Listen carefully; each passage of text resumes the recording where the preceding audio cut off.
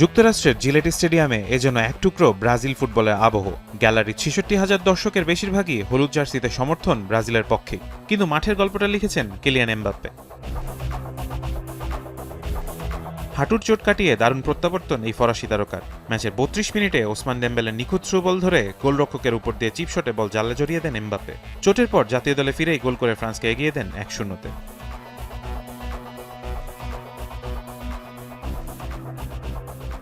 দ্বিতীয়ার্ধে ম্যাচের নাটকীয়তা তুঙ্গে।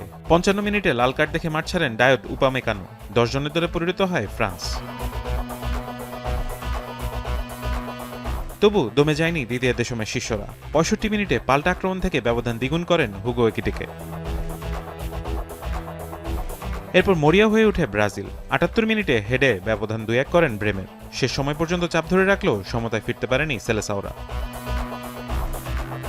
ফলাফল ১০ জন নিয়েও ব্রাজিলের বিপক্ষে ২-১ গোলের জয় পায় ফ্রান্স। বিশ্বকাপের আগে এই জয় ফ্রান্সকে দিচ্ছে বড় আত্মবিশ্বাস। আর ব্রাজিল হারলেও কার্লো আনচেলত্তির শিষ্যরা পেল নিজেদের ভুল শুধরানোর স্পষ্ট বার্তা। ফারহান ইহসান, এখন।